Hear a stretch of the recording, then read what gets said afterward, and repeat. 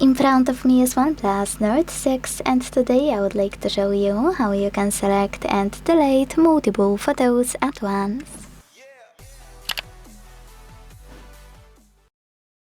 First of all, select Photos app and tap on Albums at the bottom. Then select an album from which you want to delete your photos and hold one of them. Now to select all, just tap on Select All at the top right corner and then slide your finger across all of the photos you wanna keep. To get rid of the rest, use the Delete button at the bottom and confirm your choice in the pop-up. Thanks so much for watching. If you enjoyed this video, leave a like, comment and subscribe. Bye!